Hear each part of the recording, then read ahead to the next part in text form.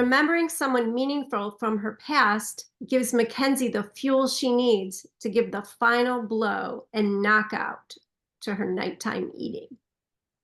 Nothing I did was working. The more I tried, the more out of control my eating became. Then, I did something I hadn't tried before. I became a savvy detective and figured things out. If I can do it, so can you. Find out more at solveyouroutofcontroleating.com.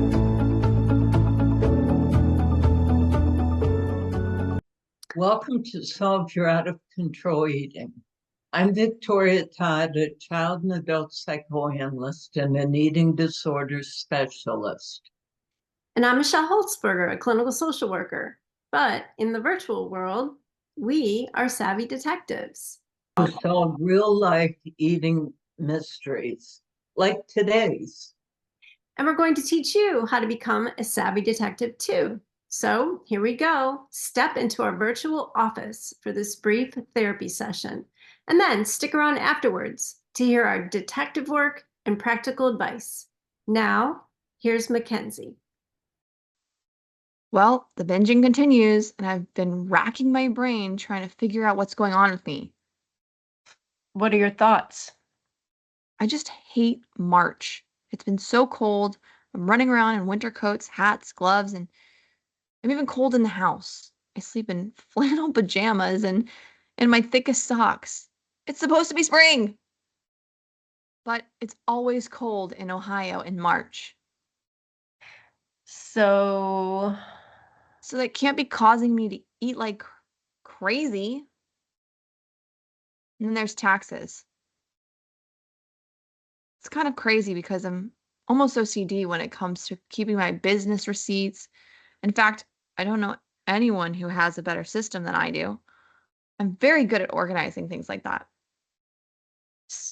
So why worry? Well, every year I have to pay, and every year it's around the same amount. And every year I set aside money from the first quarter. So That can't be causing my out of control eating. Doesn't make sense. But then what is it? good question, McKenzie. I'm just so frustrated. I bet you don't eat like I do. I bet you never sit around just eating cookies all night. You wonder if I could possibly understand. Yes. Maybe I judge you Yeah. and think Like I have no self-control. there are only two of us, McKenzie. If I'm not thinking that, who is?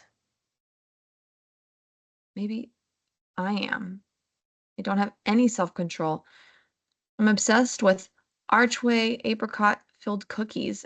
I have to find them. Last night I went to 3 different stores until I found them, and I bought every package Walmart had.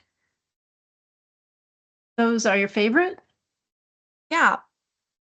Well, I mean, not really my favorite. I really like chocolate chip cookies. That's interesting. You like chocolate chip, but you're busy tracking down. Archway apricot filled cookies.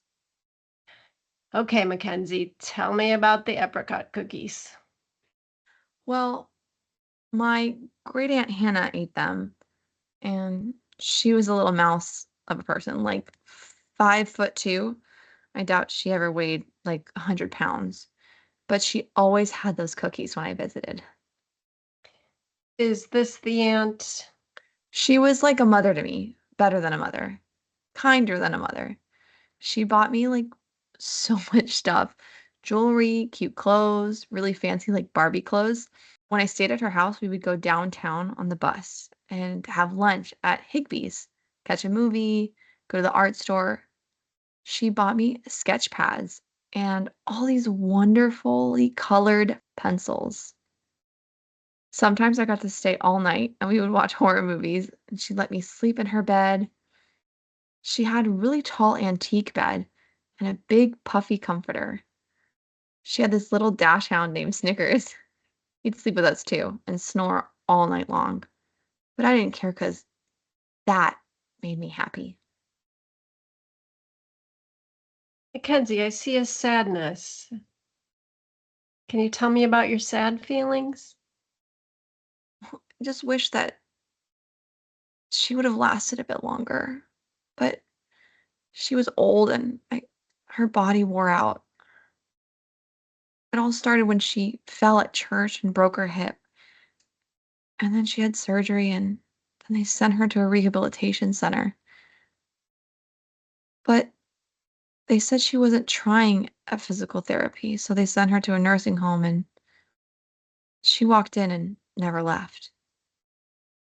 At first, we were able to bring her to our house on Sundays, but then she barely ate, just sat slumped over in a wheelchair, then decided that she couldn't leave the nursing home at that point. She didn't get out of bed. She slept most of the time. I tried cheering her up and decorated her room for every holidays. I made all these pictures with the art supplies she bought me.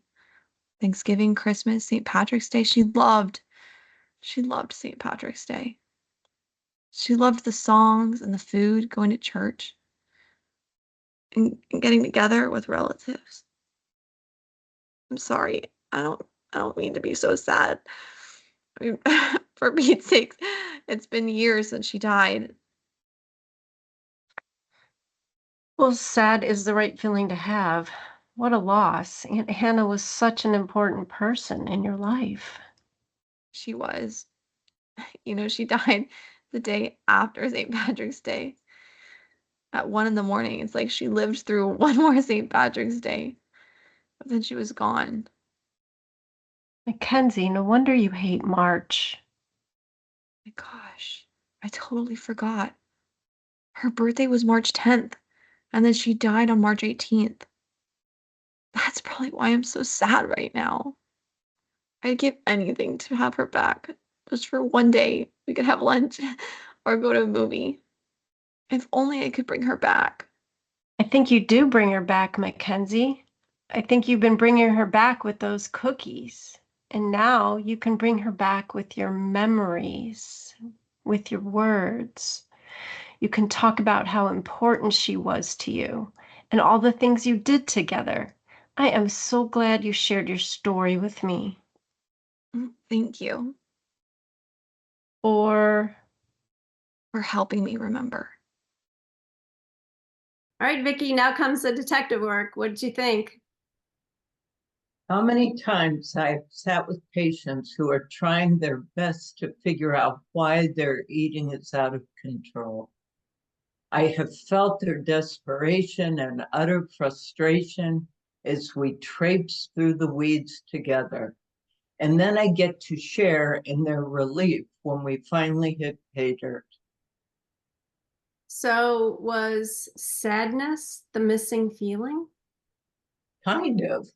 McKenzie was using food to ward off her sadness.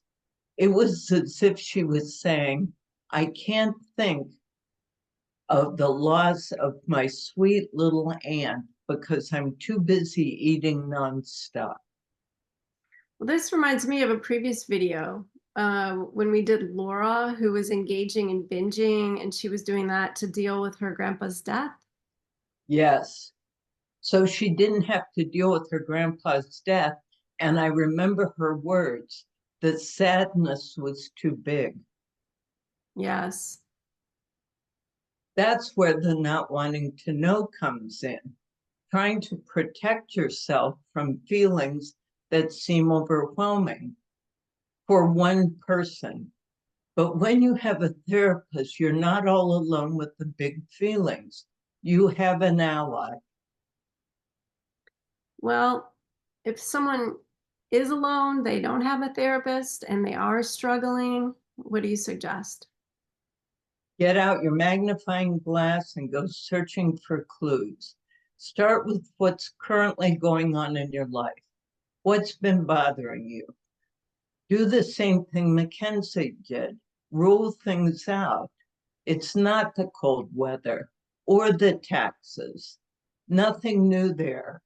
Then look to the past and be very mindful of anniversaries. deaths of those to whom you were close. Put all your insights and feelings down in your journal and try to make connections. Very, very important and useful advice. It really would make a difference. Well, that's it for now, but there's more stories like this to come. Be sure to give us a like, subscribe, hit the bell, share this episode, and remember, Keep searching for clues.